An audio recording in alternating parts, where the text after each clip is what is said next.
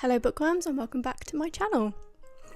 As you will have seen by the title, this is the mid-year book freakout tag. Yes, it is August. This does seem to happen every single year. Basically every time I've done this tag, I've done it in August. Sometimes September. I also have not prepared this video at all. I'm literally going to look at the questions and go from there. I just got a text from my girlfriend and it's really cute. I can't tell you what it says because she would actually kill me. Question number 1. Best book you've read so far in 2024. I have not had a good reading year.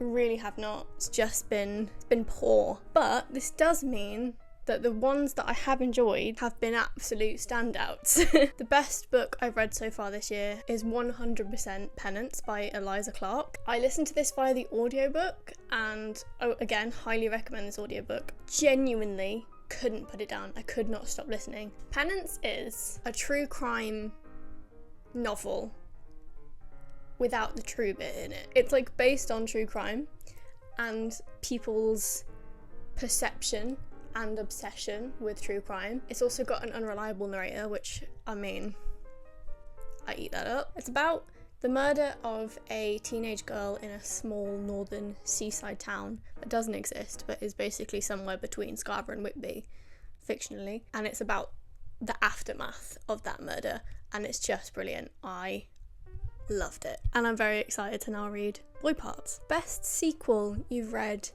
in 2024. Let me get it. The Shadow Cabinet by Juno Dawson. This is the sequel to Her Majesty's Royal Coven. Basically, the first book ended on the biggest cliffhanger that ever did hang. And I was desperate to read this, and it did not disappoint. And again, this book ended with the biggest cliffhanger that ever did hang. This also has a new main POV that I was like, how is she gonna make me like this character? But somehow I loved her. Probably even more than, I don't want to spoil anything. If you've read the book, I'm sending you some sort of psychic message. If you're picking it up, then great. But yeah, this is definitely the best sequel that I've read this year so far, because this is mid-year. A new release that you haven't read but want to get to. This didn't come out this year, but the paperback did come out this year, and it's A Day of Fallen Night. Now you will potentially see behind me that I love Samantha Shannon. I adore her books so much. Bone Season series, I will never stop talking about it. I also love Priory of the Orange Tree, but I haven't read A Day of Fallen Night yet, and that is because, well, one, because of university. Don't mean to sound like a stuck record, but uni is hard. It's taken up a lot of my life. But also, have you seen the size of that hardback? There ain't no way. There ain't no way. So I waited for it to come out in paperback, which it has done now. And now that I'm in the summer holidays for university, I think it might be time to pick it up. Most anticipated release for the second half of the year. I feel like I am so out of the loop of what is coming out that I genuinely do not have an answer for this. Let me have a look on Waterstones to see what is coming out, because I'm sure there's got to be stuff that's coming out that I want to read. Oh, they've just announced, I don't know if it's coming out this year, but they've just announced a short story by Susanna Clarke, who wrote Jonathan Strange and Mr. Norrell, and she's written a short story set in that same world. That's exciting, although I don't know if it's coming out this year. Coming soon. I mean, I have just received an arc not that long ago of A Language of Dragons, which has the most beautiful cover. That's pretty exciting, and I do intend to read that very soon. Ooh, Stephen Fry has written another Greek mythology book, Odyssey. When does that come out? 26th of the 9th. That's this year. That's exciting. I'll probably listen to that via the audiobook because I love his narration style. I don't think that's coming out this year, but no, it's coming out in 2025. Sunrise on the Reaping. Oh my god.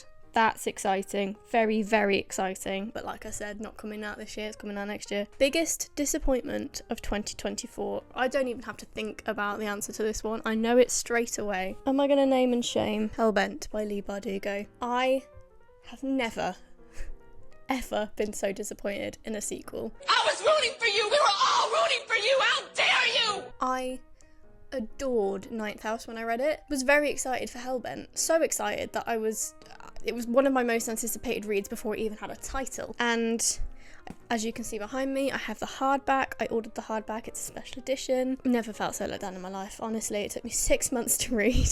Just nothing happens. Nothing happens. It's so slow. There's really not any character development from the last book. I've never been so disappointed in a book. Biggest surprise of 2024. Don't really know if this is a surprise, because I do tend to enjoy books that are on the long list for the Women's Prize for Fiction, and this book was on the long list for the Women's Prize for Fiction last year, I believe. I think I was still surprised about how much I enjoyed it, because it's about, like, divorced women, which, I mean, I'm not quite at that age yet, but it's the Bandit Queens, and I loved it. I loved the main character. I thought she was such a brilliant character. I loved how it was about these women that kind of hate each other, but also love each other, and it's about survival in a man's world, basically, and I just loved it. And I know that it did get longlisted for quite a prestigious prize, but I still don't feel like enough people talk about it. Favourite new to you author that you've discovered in 2024? Probably gonna go with Eliza Clark. I know I've only read one of her books, but I just loved it. Newest fictional crush. Every year I'm stumped by this question. I don't get fictional crushes. I don't get real life crushes. So how would I get fictional ones? So I'm going to pass on that one. Newest favourite character. Oh my goodness, I've forgotten her name. Really made an impact on me, I've forgotten her name. Kira from The Shadow Cabinet. Book that made you cry in 2024. None of them so far have made me cry, unfortunately. Book that made me happy in 2024. You and Me on Vacation by Emily Henry. I am not a huge romance reader, but in Emily Henry we trust. Of the 2 books I've read of her so far, I've loved both, but particularly You and Me on Vacation. It turns out I really love the friends to lovers trope, which, I mean, huge shocker, because that is the real life trope that I had with my now fiance. So yeah, but probably that one, because it did make me very happy. Most beautiful book you've bought or received in 2024. Oh, can I be bothered to get it down? I'll insert some pictures because it's right at the top of my bookshelf. So far up that I actually have to get a chair to reach it. So I'm not going to get it down. But it's the Fairy Loot editions of The Night Circus and The Starless Sea. They're just beautiful. Just beautiful. What books do you really need to read by the end of this year? A Day of Fallen Night. If I don't read A Day of Fallen Night by the end of the year, then I give you permission to revoke my Samantha Shannon #1 fan status, because it's embarrassing. It's embarrassing at this point that I haven't read it. If I haven't read Hell Followed With Us by the end of 2024, then please stage an intervention. Those are all of the questions. I really enjoy making, like, tag videos, or like videos where you have questions to answer. So if anyone has any suggestions of other tags that I can do or other prompts, please let me know in the comments, because I love these types of videos. And genuinely, the only booktube tag that I know is the mid-year freakout tag, and you can only do it once a year. Anyway, thank you so much for watching. If you enjoyed, please like the video and subscribe if you haven't already. Happy reading!